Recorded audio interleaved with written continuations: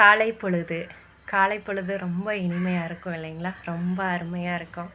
ஏன்னா காலையில் நேரத்தில் அந்த காக்கா சத்தம், குருவிங்க சத்தம், தூரத்தில் எங்கோ குயில் கூவுறது, இந்த மாதிரி சத்தமெல்லாம் கேட்கும்போது ரொம்ப அருமையாக இருக்குல்ல. அந்த மாதிரி தான் இன்னைக்கு காலையில் எந்திரிச்சு நான் கோலம் போடும்போது பிங்கி எப்போவுமே இங்கே தான் உட்காந்துருப்பாங்க.